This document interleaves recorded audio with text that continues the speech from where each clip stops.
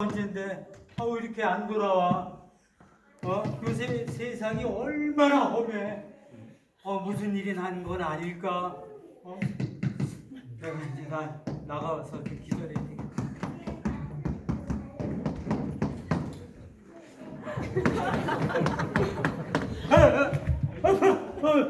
살려주시오, 살려주시오, 살려주시오.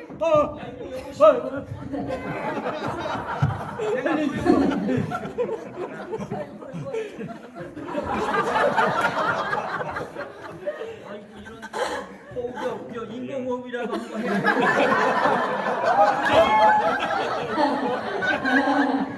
아니 꼭 KISS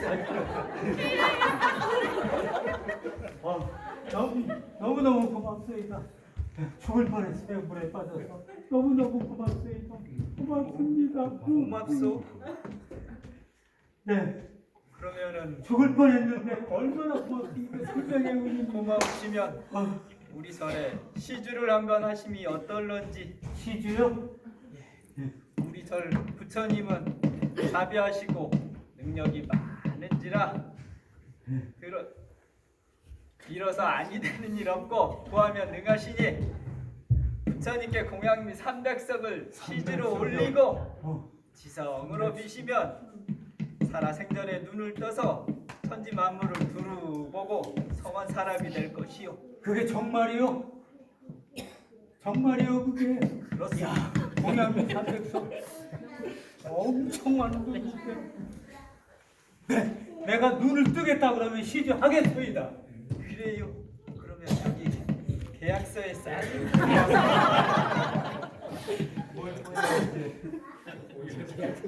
여기다 하시면 돼요. 거기 예. 공양미 300석이 300석이 300석 심학규 사인입니다. 점 여기 개인정보 확인. 이거 고맙습니다.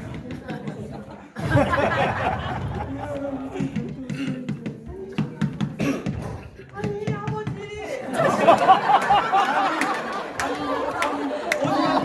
아니 심청이가 그래 사갔어. 여기 사진 데는 없고.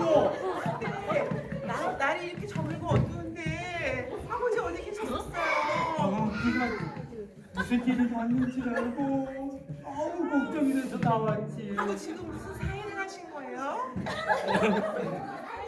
아니, 스님께서 웃지 마요. 스님께서 공양미 300석을 부처님에게 바치면 눈을 뜰 수 있게 해주겠대. 그래서 사인을 했지. 공양미 300석이요? 아유, 날씨도 춥고 그런데 나 먼저 들어가야 되겠다. 15살 처녀 삽니다. 15살 처녀 삽니다. 저 15살이요.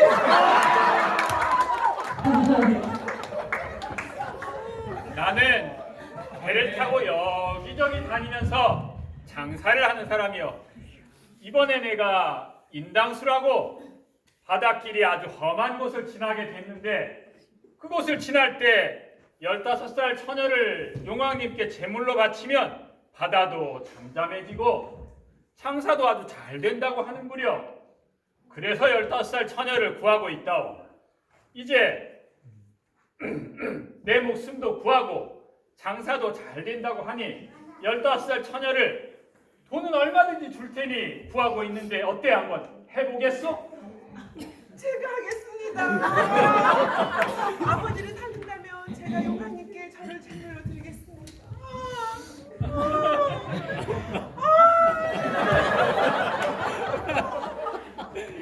네, 박수 주세요. 끝이에요. 네, 끝이에요. 주일 예배 아침에 설교 시간에 막 부처님 얘기 나오고 자, 신주들의 한 장면을 각색해 보았습니다. 신청조는 아주 오래전부터 지금까지 모든 사람이 잘 알고 있는 그런 이야기이죠. 신청조의 주제는 효이지만 오늘은 효에 대한 이야기를 하려는 것은 아니고요. 오늘 설교 제목처럼 신청조의 얘기를 뒤집어서 신청조에서 탈출하자라고 하는 이야기를 하려고 합니다. 조금 전에 연극에서 어떤 일이 벌어졌죠? 스님은 신봉사에게 무엇을 제안하고 있죠? 자기절 부처님은 자비롭고 능력이 많아서 공양미 300석을 바치면 이게 요즘 돈으로 한 10억 된다 그래요. 300석을 바치면 그리고 지성으로 기도를 하면 눈을 뜨게 된다고 그렇게 말을 합니다. 그리고 뱃사람은 뭐라고 하나요? 그가 믿는 용왕님은 15살의 젊은 처녀를 바다에 갇히면 파도도 잠잠하게 해주고 돈도 잘 벌게 해준다고 이야기하고 있습니다. 자, 이들의 신은 어떤 신입니까?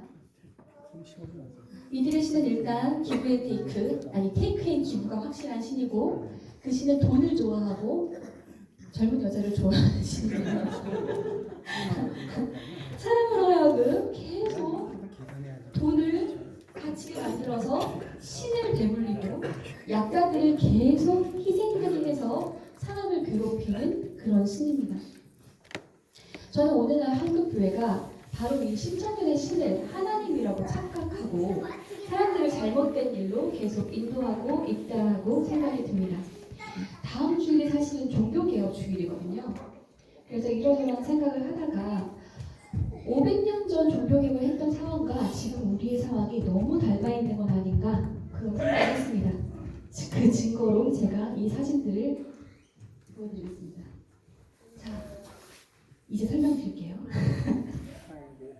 이게 뭔지 아시겠어요? 연면 상자. 연면 상자? 그리고 헌금함이에요. 헌금함. 500년 전에 바로 이 헌금함 하나 때문에 종교개혁이 일어난 거예요. 지금 독일의 루터하우스에 전시가 되어 있는데 이게 뭐냐면 면죄부를 사고 면죄부가 뭐냐면 사람들이 죄를 용서받기 위해서 돈을 내고 용서를 받는 그런 일들이 벌어졌던 거야. 다리 되게 놀라네. 눈이 동그랬어. 그래서 면죄부를 사고 이 헌금함에 저기에 금화를 넣는 거예요. 금화를 넣어서 땡그랑 소리가 나면은 연옥에 있던 사람들이 그 땡그랑 소리와 함께 천국으로 이동한다고 그러는 거예요. 그러면서 교회에서 장사를 했어요. 자, 이 당시 왜 이렇게 교회에서 면접으로 장사를 했냐 하면 바로 이 교회 건축 때문에 그랬어요. 1506년부터 건축을 시작했던 성 베드로 대성당이에요.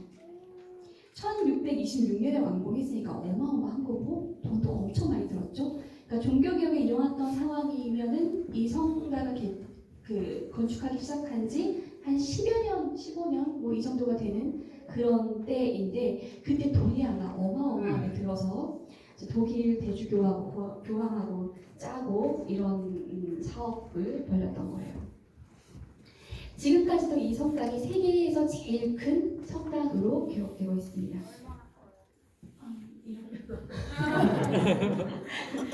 교회 건물에 온 돈을 다 쏟아붓는다는 건 하나님을 몰라도 너무 모르는 거고 정말 하나님에 대해서 단단히 오해를 하고 있는 것입니다. 오늘 우리나라에서는 바로 또 이 교회가 있어요. 그거 아셨어요?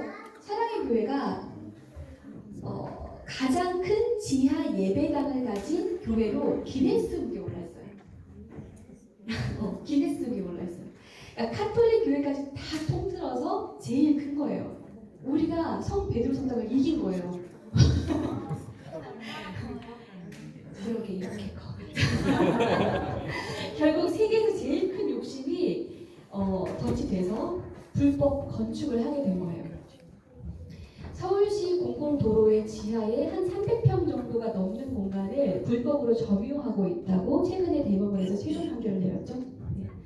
저도 여기 한번 가봤는데 여기 너무 넓어서 길을 잃어버릴 정도였어요. 한번 이제 거기를 다시 막거나 그렇게 해야 돼요. 자, 한 번씩 관광을 가봐도 좋을 것 같아요. 자, 그리고 이 헌금함은 이 교회의 헌금함은 아니지만 오늘날 한국 교회의 상태를 가장 단적으로 보여주는 헌금함이에요. 이게 뭐냐면 지난 10월 3일 날 광화문에서 보수 집회에서 예배를 드릴 때 전광훈 목사가 앞에서 가장 기쁜 시간이 왔습니다. 막 헌금을 막 이렇게 거두면서 거기에 이런 헌금함을 광화문 광장에 놔뒀어요. 뭐라고 적혀 있냐면 본 헌금은 전광훈 목사님의 모든 사역을 위하여 드려지며 성문의 처분 권한을 전 목사님께 모두 위임합니다. 이렇게 적혀 있어요. 자, 저는 이런 말도 안 되는 교회들이 세월호 관련 집회나 김용희님의 집회나 톨게이트 수납원들의 집회나 아니면 기타 모든 약자를 위한 집회에 온 것을 본 적이 한 번도 없습니다. 오히려 그들은 약자를 억압하는 재벌의 편을 들고 약자가 계속 희생되는 구조를 만들려는 정당의 편에서 목소리를 내고 있을 뿐입니다. 여러분, 오늘 예언자 미가를 통해서 하나님은 우리에게 이렇게 분명히 말씀하십니다. 누가 한번 읽어주시겠어요? 원전 집사님 한번. 네. 그때 내가 말하였다. 야곱의 우두머리들아, 이스라엘 집의 지도자들아, 내가 하는 말을 들어라. 정의에 관심을 가져야 할 너희가 선한 것을 미워하고 악한 것을 사랑한다. 너희는 내 백성을 산채로 그 가죽을 벗기고 뼈에서 살을 뜯어낸다. 너희는 내 백성을 잡아먹는다. 가죽을 벗기고 뼈를 산산조각 다스고 고기를 삶듯이 내 백성을 가마솥에 넣고 삶는다. 살려달라고 주님께 부르짖을 날이 그들에게 온다. 그러나 주님께서 그들의 호소를 들은 채도 하지 않으실 것이다. 그들이 그렇듯 악을 저질렀으니 주님께서 그들의 기도를 들어주지 않으실 것이다. 예언자라는 자들이 나의 백성을 속이고 있다. 입에 먹을 것을 물려주면 평화를 외치고 먹을 것을 주지 아니하면 전쟁이 다가온다고 협박한다. 예언자들아, 너희의 날이 끝났다. 이미 날이 저물었다. 내 백성을 곁길로 이끌었으니 너희가 다시는 환상을 못 볼 것이고 다시는 예언을 하지 못할 것이다. 1절에서 뭐라고 하고 있나요? 야곱의 우두머리 이스라엘 집의 지도자를 가리켜 정의에 관심을 가져야 할 자라고 말을 하고 있습니다. 이 말은 지도자들의 일이 정의를 행하는 것이고 지도자는 정의를 행하는 것이고 지도자는 정의를 행하는 사람이 되어야 한다는 말입니다. 2절과 3절에서는 그 정의를 행해야 하는 지도자들이 지금 어떻게 하고 있는지를 말하고 있습니다. 선한 것을 미워하고 악한 것을 사랑하고 그들이 보호해야 할 백성들을 산채로 가죽을 벗기고 뼈에서 살을 뜯어낸다고 말하고 있습니다. 여기서 하나님은 이 백성을 너희의 백성이라고 하지 않고 내 백성이라고 합니다. 정의를 행하라고 지도자를 세워놨더니 오히려 하나님의 백성을 찢고 먹고 부수고 자르는 일을 하고 있는 것입니다. 5절에서 예언자라는 자들이 돈만 밝히고 그들에게 돈을 줄 수 있는 자들을 위해서 좋은 말만 하고 그들의 이익을 위해서 일하는 모습을 볼 수 있습니다. 거짓 예언자들은 하나님을 위해서 일하는 자들이 아니었습니다. 자기의 탐욕만을 위해서 일했던 자들이고 하나님의 백성을 속이는 자들이었습니다. 6절에서 하나님은 이렇게 말씀하십니다. 더 이상 이들은 하나님으로부터 아무 말도 들을 수 없다. 아마 지금 이 땅의 많은 목사들이 하나님으로부터 말씀을 듣지 못한 지 오래되었을 것 같습니다. 지금 우리는 매우 심각한 상황입니다. 어서 빨리 심청전에서 탈출해야 합니다. 심청전에서 사람들을 괴롭히는 신의 모습을 지우고 하나님을 올바로 알아가야 합니다. 하나님은 돈을 좋아하지 않으십니다. 그리고 약자를 희생하는 것도 바라지 않으십니다. 저는 하나님을 바로 아는 교회라면 돈을 자꾸 교회 밖으로 내보내고 사회의 약자들 곁에 머무는 일을 해야 한다고 생각합니다. 저는 우리 새만교회가 바로 이렇게 되었으면 좋겠습니다. 이따 광고 시간에 말씀을 드리겠지만 다음 주 목요일 강남역에서 삼성 해고 노동자 김용희님을 위한 예배를 새만교회가 주관하게 되었습니다. 원래 정해진 건 아니었는데 주관을 담당했던 촛불교회 일정이 중복되어서 저희가 갑자기 맡게 되었거든요. 김용희님은 지금 삼성전자 본사가 바로 내려 보이는 25m 높이의 CCTV 철탑에서 넉 달째 보복 농성을 하고 계십니다.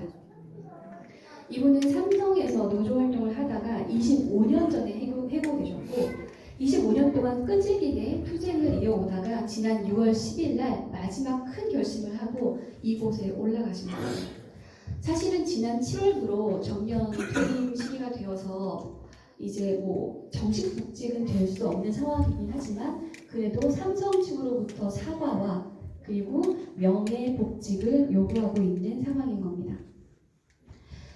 다음 주 목요일 예배에 대해 이런저런 생각을 하면서 그리고 오늘 설교를 준비하면서 김용희 씨에 대한 생각을 좀 많이 하게 되었는데 이 한 분을 향한 하나님의 마음을 잘 전달할 수 있는 예배를 우리가 다 같이 준비해서 드리고 싶고 지금 여기가 딱 1m 정도 공간밖에 안 됐네요. 몸을 제대로 뻗을 수도 없는 그런 공간이거든요. 그리고 지금 아침 저녁으로 날씨가 추워져가지고 얼마나 고생이 많겠어요. 그리고 공해가 너무 심하니까 아침에 일어나면 팔에다 검게 돼 있대요.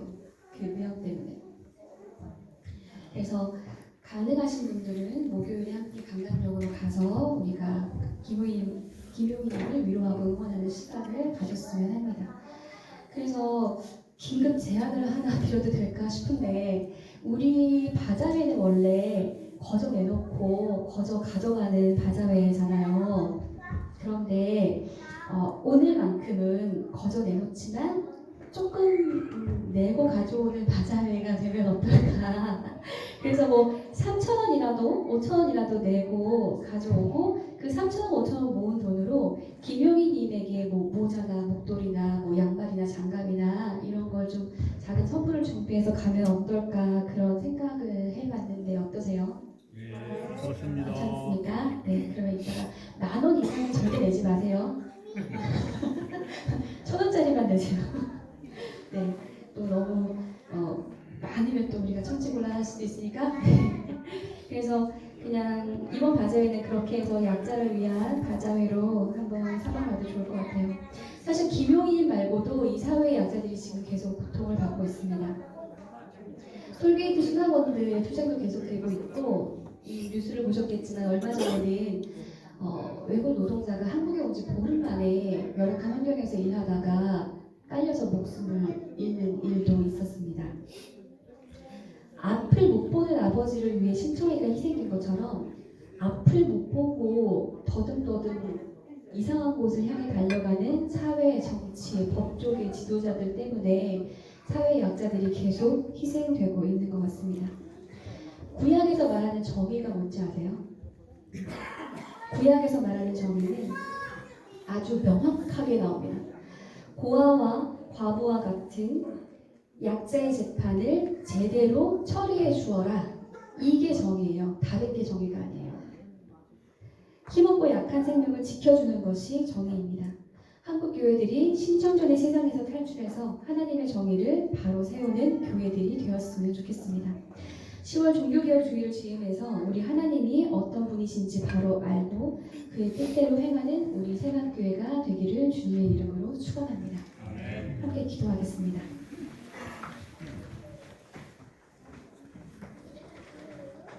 하나님, 우리가 하나님을 탐욕스러운 신으로 약자를 짓밟는 신으로 오해하지 않게 하시고 우리가 하나님을 바로 알고 하나님의 마음을 잘 깨달아서 이 땅에서 사랑과 정의를 실현하며 사는 그런 새만교회가 되게 주님 도와주십시오. 감사드리며 주 예수님 이름으로 기도합니다. 아멘.